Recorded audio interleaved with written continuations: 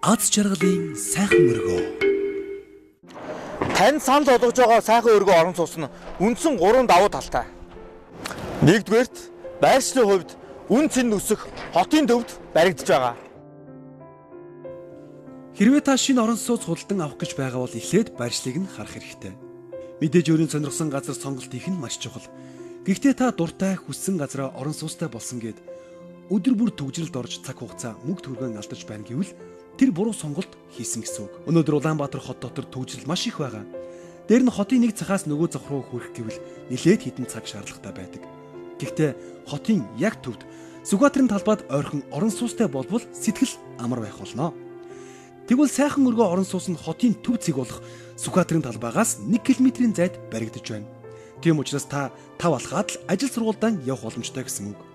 Дээр нь таны худалдан авсан орон сууц хотын төвд байгаа тул үн цэн жил ирэх тусам улам илүү өсөх боломжтой. Хоёрдугаарт сайхан өргөө орон сууц нь хотхон төлөвлөлтийн хувьд бусад ойролцоо баригдаж байгаа орон сууцнуудаас давуу талтай. Сайхан өргөө орон сууцны бас нэгэн давуу тал нь хотхон төлөвлөлт юм. Тухайлбал автомашины гадна болон дотор зогсоолтой.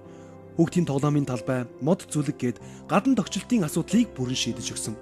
Хотхны орц гарц нь хоёр тал руу гарцтай нь бас нэгэн давуу тал юм а. Орон сууцнд эргэн тойрны орчин маш чухал үзүүлэлт болдог.